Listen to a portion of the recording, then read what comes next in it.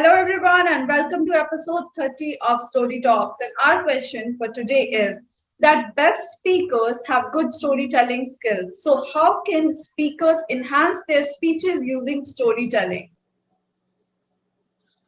Best public speakers are also usually good storytellers. Stories are very powerful tool for speakers, and how speakers can use storytelling and how they can make their speeches more powerful with stories, even if you are doing online talk.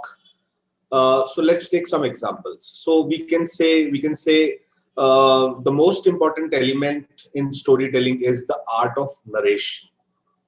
How do you narrate the story?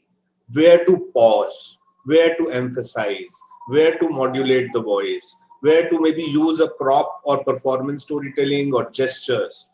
So the art of narration is the overall art of sharing stories. Now let's look at some of the important aspects within the art of narration. For example, voice modulation. When to increase your volume, when to decrease your volume or pitch. So that voice modulation is actually a very important part of storytelling. In fact, I heard a speech of a former Prime Minister of India, and he speaks so there is almost zero modulation, and that can become boring for the audience. So it's very important to modulate your voice. Dramatization or performance storytelling is basically using different things to dramatize, to add that drama in your story narration. You can use props for that, or maybe you can use show excitement, surprise, and you can use facial expressions. That is actually called performance storytelling.